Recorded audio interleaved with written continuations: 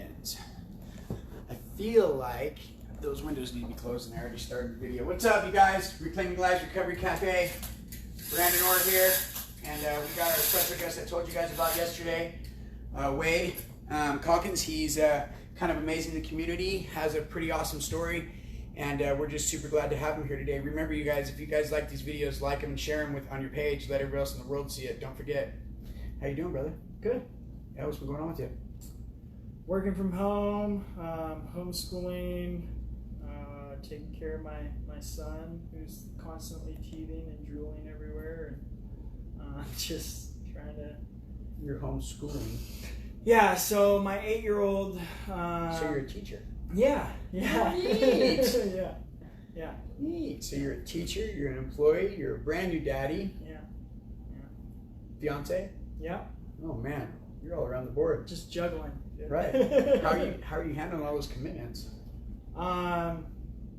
Day by day, man, you know, and a lot of good support from, you know, friends and God and employees, co-workers and stuff like that, you know, so. Co-workers. Yeah. Where do you work? What do you do? So I work at Family Nurturing Center. I'm a parent mentor. Beautiful. How do you like that? I love it. Yeah? Yeah. Day in, day out, helping people, huh? Yeah, and focusing on child welfare side of it mostly, and what all goes with that. So sobriety, housing, work, you know, the whole shebang. So with you being a dad to an 8-year-old, and how old are you, baby? He's 14 months on the 21st. Already, bro. Yeah. Holy crud. Yeah. I remember me and your girl were doing peer support a while ago, and she was just waddling through the doors, dude. You know what I mean? She does that anyway. Yeah. She's amazing. Hi, Ashley. I just, you know, and I say that because I'm like, as you're doing your job, do you find lessons through life for yourself through what you do? Oh, yeah. How's that? It's a constant reminder of what, you know, like, my oldest went through the foster care system, community foster care, relative foster care, and then just seeing people go through that and then succeed, like, reminds me that, you know, like, I've overcome that same stuff, you know what I mean? And of course, being in, like, the parenting side of peer support, I get to go to also, like, amazing trainings and cool stuff like that where I can just not only apply it to, like, my work and, like, helping people, like, hey, have you heard about this technique with parenting, or, you know, but apply it to my life too. Your own life. Yeah. You know, you said something really cool in there that I tell Stephanie all the time, is that I get to go to cool trainings. Did you think about your active addiction when you were going through it? Right. Like, you never thought, like, I cannot believe I get to do these things. Yeah. So speaking of that, how long were you in your active addiction for?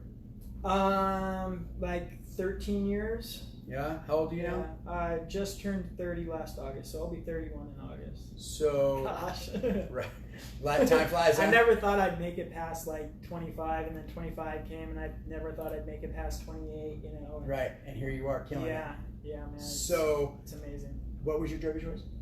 Heroin, meth, okay. I mean, anything, you know what I mean? Like, I started off... Garbage disposal? Yeah. I started off drinking and smoking pot, and that, you know, opened up doors to, like, I like this feeling. What else can I throw in the mix to, you know... add on? Yeah, get that maximum, you know, escape from self that I can, you know, and that led into pills and led into ecstasy and all, you know, the whole shebang. So on and so forth, et cetera, et cetera. Yeah. So how much clean time do you have now? So my sobriety date is April 7th, 2016. So I just celebrated 4 years this last April. How the heck did you do that? One day at a time, man. Well, how? You know, so... What did you do each day? A lot of praying, a lot of meditating. You know, I started off in jail, and from jail, my caseworker got me into the DADS program. And at the same time, I pled into originally Rockport until they found out I had an open DHS case, and then I went into family court. Which is the drug court for here, for all you watching who don't know what Rockport is. Yeah. And after about like 40 days in jail of just sleeping and eating, I had my first restless night of sleep, and God granted me a conscience, and I started seeing the faces of all the people close to me and strangers that I had negatively affected in my life, And the strangers. Wow. Yeah, and I said a prayer that night, and it wasn't like a get out of jail free prayer, it was, if recovery's in my future, I'm willing to put in the work, just lead the way kind of thing, and like a moment of surrender. And from that day on, God had been doing for me what I couldn't do for myself, and giving me opportunities, and just allowing me to better my life. Recovery's giving you all the promise, all the things that drugs promised, huh? Yeah. I mean, I used to walk around and like hate people that were like on their way to work or walking their dog down the sidewalk, and like The normies. Yeah, like people that looked happy, like I would hate them with a passion, and here I am 4 years later, one of those people. I feel content in my skin. I have a beautiful family. I have a beautiful life. What drove you to be upset with them? Why? Why did you have that anger towards somebody you didn't even know that was walking their dog? Yeah, I think deep down it was envy. I wanted to feel peace, and I could tell that those type of people felt some kind of peace, that I didn't have. And so it was probably a mix of jealousy and envy. How do you feel about it today? I think I'm a little bit more blessed than most people. I have the ability to constantly strive to be a better person than I was the day before, and the tools that recovery and the recovery community around here has given me has just been an absolute blessing in my life. I'm able to do a lot of things internally on myself that a lot of people don't have the opportunity to do or don't even know about, to try to just be a better person. When you started getting clean, and I think you said you were at the Dad's and Rockport, when did you realize that helping people is what you wanted to do with your life? So I had gone out of the Dad's program into an Oxford house on Grape Street, and there was big old Oxford house. Yeah, big old Oxford big house. Big old for sure. Oxford house, yeah. And I had started attending AA meetings, had gotten a sponsor, worked my steps, and it wasn't until I was having a really crappy night, man, and I sat down with another individual and started doing step work with them, and I felt better instantly. I had instantly forgotten about myself and my problems and my issues, and I was completely focused on this person and what they were going through and how can I help them and be maximum benefit to them, and it no longer was about me, and I think it was at that moment that like I knew like this stuff's amazing, man, and helping people is beneficial for them and me. You know what I mean? If I'm being genuine and my motives are aligned with like my heart, like I just feel amazing when I can help people. Oh my gosh, that was so good. Hey, that was so good because I totally get it. I specifically remembered, and it's like, I know it seems like here in the Rogue Valley, especially like when you hear somebody talk about their recovery, that Oxford happens to be like an element of their recovery because it's such a great stepping stone for people that are really trying to find a new way to live and to learn how to live. And it was like Oxford had a part of me finally understanding why it is I felt so passionate to do what I do. It was when I became a chapter officer. Yeah. And I started going to the houses. At the time we had 12, and then we had 13. and I was watching these people go through similar situations that in my mind I only go through, and how I worked it out, and how to love them even when I didn't like them completely. And at the end I was like, well, that felt really good. Yeah. Well, how did I just do that? Yeah. How can I keep on doing that? Right. And Justin Hahn one day said, man, you need to take your peer support. Yeah. The heck's peer support? You know what I mean? Yeah. Like, what the heck is a peer support? And I was intimidated, but you know, it's like, I totally understand how that feeling, and I just got to say, like, I've heard about, like, there's not too many Wade Calkins out there. Okay, there's a lot of people in recovery that are great, but like, when you give your all to somebody, you give your all to somebody. Like, I'm just gonna go ahead and say, because he's one of us, and CJ Ford. Yeah. You know, like this. You know, like, and he just adores your friendship. Yeah. You know, and the person that you once were is exactly who I was, and who you're becoming is exactly who CJ wants to be. You know, when it comes to recovery community, how do you hold fast to that every single day? Like, how do you make sure that your integrity stays strong every single day? You know, for me, it's God. You know what I mean? Like, I don't take credit for my successes in life or recovery, or you know, overcoming daily battles. You know, the pressure of being a dad, and trying to make sure that the bills are paid and all that kind of stuff. You know, as soon as I put God first in my life, everything, and I know it sounds so cliche and you hear it all the time, but everything else seems to just fall in line. Mm-hmm. You know what I mean? You know, as long as I keep my motives intact with doing the next right thing and just trying to be there for another human being as best as I can, you know, that's how I try to stay genuine as best as possible. You know. When you first walked into, that was a great answer, by the way. Thanks. That was a great answer, by the way. That was pretty dang good. When you first walked into the rooms of your 12-step program, what was your feeling like? I was completely insane. You know, I still hadn't had any kind of internal peace.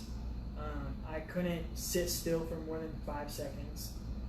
I'd be sitting on this couch just like still doing my physical flail, you know. Physical flail. And my mind would just be constantly racing.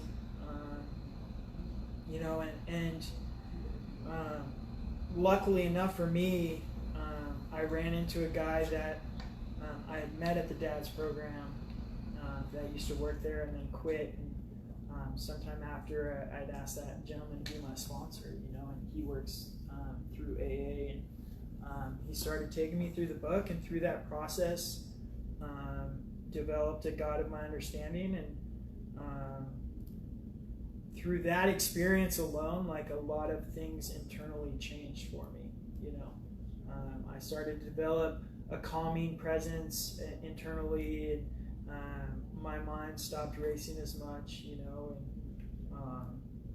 and I started being more self-aware of how I was feeling about things, because you could come up to me and be like, hey, how are you doing today? And I'd be like, oh, they're talking to me, you know, like, I wouldn't be able to hold a conversation longer than a minute, you know. And when you did talk, it was a babble. Yeah. Yeah. I remember what the hell did he just say? Thank you. Yeah. And I'm an alcoholic. Thank you. Yeah. Or I'd instantly lie and be like, sorry, I just lied. That was all a lie. You know. Like, I wish I could be a fly on the wall in that room. Yeah. That'd be great. Yeah. So yeah, there was just a lot of hecticness within. You know. How long did it take before you started feeling comfortable? Would you say? And the reason I ask this is for the newcomer. Yeah, no. It probably took so I had some sobriety once, because I was in jail for about 60 days, and then I went to the work center for 30 days, and then I went to the dad's program for 4 months, you know. So by the time I really started attending meetings and doing step work and that kind of stuff, I had some physical sobriety, you know.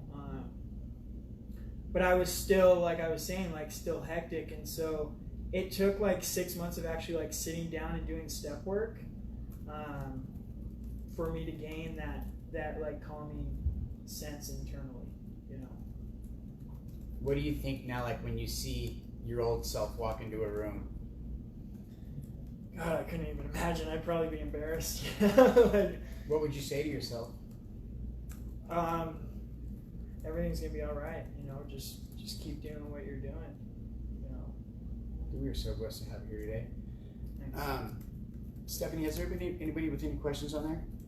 We haven't asked anyone, but not so far. Yeah, if you guys have any questions, you know, feel free to ask. We're gonna put Wade on the spot today.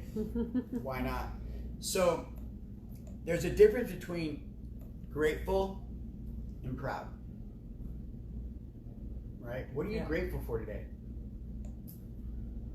So like when I first wake up in the morning, you know, I try to like list things off that I'm grateful for within, you know, and sobriety always comes first to mind. God, those kinds of things. But I'm definitely grateful to like have an amazing job with an amazing company, you know, be able to help people, my family, of course, you know. It's amazing, like once you go through the things that, you know, we've been through, even things as simple as like a hot shower, you're just so grateful to be able to wake up every morning and take a warm shower, you know. Every day. Yeah. Or be able to brush your teeth every day. Not have to worry about if there's toilet paper under the sink, you know, or what I'm gonna eat, you know. Those are things that like really take me to a place of remembering what Clean it was socks. like. Yeah, clean socks, clean underwear. Yeah, I get it. Fresh clothes, you know, that kind of stuff. But it takes me to a place of remembering where I came from, you know, and trying to just stay grateful because I don't ever want to go back. I don't want to forget what it was like and get too far from that place. So, like, I think, because I have 38 months clean, you have like a year and a month or so cleaner than me, and maybe just almost a year cleaner than me. And like, when I heard you were clean, I was like, no, he's not. No, he's freaking not. Yeah. And then I seen you once, I think with JT, I think I seen you. And I was like, whoa, he looks really good. And we didn't really talk. And I was just sitting there thinking, I'm like, wow. And then I started seeing other people that were clean. It's that whole domino effect. Like, if these guys can do it, shit, I can do this. Yeah. You know what I mean? So I'm grateful you got clean. Yeah. I'm grateful that I get this. I'm grateful that I get to hear your name in such a positive manner today. And I'm grateful that you're present to be a good dad today. Yeah. You know. I have a question. Okay. Do you ever think about what you will teach your kids about addiction? Yeah, I think about that a lot. That was good. Yeah.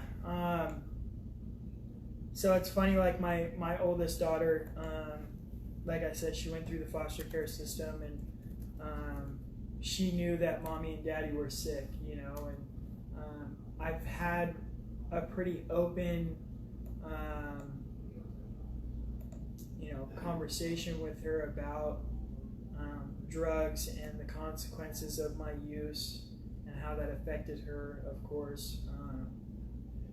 And, you know, I think the more awareness we bring to that kind of stuff throughout the community in general, the better we often are, you know. That's why I'm not afraid to come here and talk about my recovery and my sobriety and what I do to try to stay successful in my recovery, you know. We're trying to make recovery the epidemic. Yeah, for real. I like that. Yeah, That's good. I have another question. What steps or actions do you take when things get rough? So my go-to is always praying first. I always try to bring God with me everywhere I go. You know, on the way over here, asking Him to speak through me and enter into my heart and guide my thoughts and my actions. And then I have my one of my best friends calls it his Jedi circle. You know, or his Jedi Council, and I have my Jedi Council, you know, that I go to and talk to about things that are maybe I'm struggling with, or you know, even the smallest of things, you know, because I'm an addict and I can take the smallest little thing and just run with it and turn it into this catastrophic nightmare. Yeah, and then I'm just running circles in my head all the time, you know, about it. So yeah, those are my pretty much my go-tos. Then we have one more. Okay. What does your recovery mean to you? It means everything. I'm a firm believer in that if I don't have my sobriety, my recovery first, then I'm not going to have anything else. You know, I'm not going to be able to be a present father. My job will definitely be out the window. I'll have to go back to HVAC, and that sucked. Really? Yeah. So my sobriety is I mean, my life is determined on my sobriety. Right. If I don't have my sobriety, then I don't have life. You know, that's one of the greatest questions I love is like, what is your sobriety? Like, my sobriety means I get to wake up in the morning. My sobriety means, and my recovery, it means not only do I get to wake up, but I get to be present. I get to show up for all my appointments. I don't miss a date. I get to be present, and I get to tell people I love them, and I get to love them unconditionally, whether they like it or not. I get to be able to do things like this with Wade. I get to be able to be a gainfully employed. I get to be able to be better than I was yesterday. You know, like, those are things that I didn't get to have in my active use. Yeah. You know, as a matter of fact, I was actually absolutely the opposite of all of those. Yeah. Like, you can guarantee I ain't showing up Yeah. with anything. Yeah. You know, for anything. So that's like one of the greatest questions ever, and I really appreciate whoever asked that, saying thank you to that, because Who's your wife? Hi, babe. That checks out. I just thought I'd say. You're supposed to be. That was scripted. Then. You're supposed to be in training right now. Pay attention. No, I love you, babe. But yeah, so it's like that's one of the greatest questions ever. It checks out. She said that. I just couldn't resist. Yeah, Very it checks sweet. out. So I said a little bit ago that grateful and proud are two different. They're two totally different things. 4 years you have? Yeah. We're not going to go into analytics of exact time, but you have 4 years? Yeah. Father of 2, Yeah. fiance of 1, Yeah. hopefully. Yeah. You do mentorship and sponsorship, Yeah. and you do everything in your power to live as good as you can. Yeah. Wade, what's your proudest moment as of today?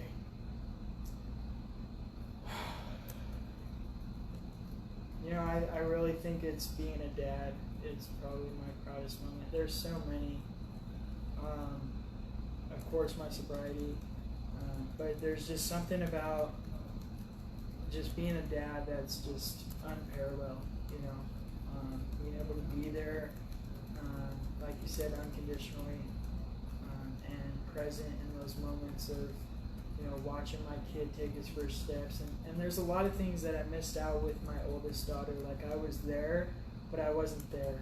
You know, I was getting loaded the whole time. And so being able to be there now wholeheartedly has just been an amazing experience, you know. And I couldn't ask for anything. Dang, that was good. Real good. Is there any more questions? No? Okay, so I just